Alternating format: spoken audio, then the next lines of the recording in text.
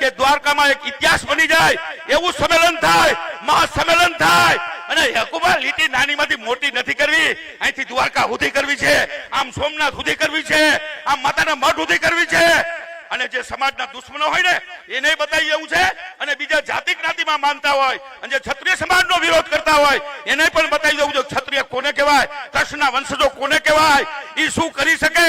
અરે એફિડેટ કરીને બનેલા બાપુ નો કહેવાય, તમારો વંશ અને ગોત્ર અને શાખા આ જાળવી રાખી છે। અમે બારોડ થી બેઠા 25 બારોડ છે।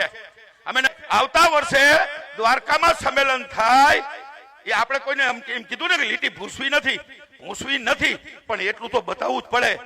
હજી મારે કેવું છે, પણ દ્વારકાના સંમેલનમાં કહીશ, તમે જિંદગીમાં સાંભળ્યું નહીં હોય તેથી કદાચ અહીંયા થવું પડે ને શહીદ, તો દ્વારકાથી રાજકોટ નથી પહોંચવું, પણ કોઈના બાપને મૂકવા નથી।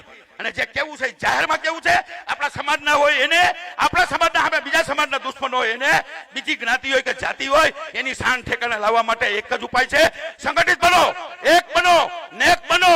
હારા ભાષણ સાંભળવાની જરૂર નથી, હવે તો જાગૃત થાવ। જન્મ અને મૃત્યુ કોઈના હાથમાં છે કે નહીં? નથી, તો ડરવાનું શેના માટે? અને ક્ષત્રિય શા માટે ડરે?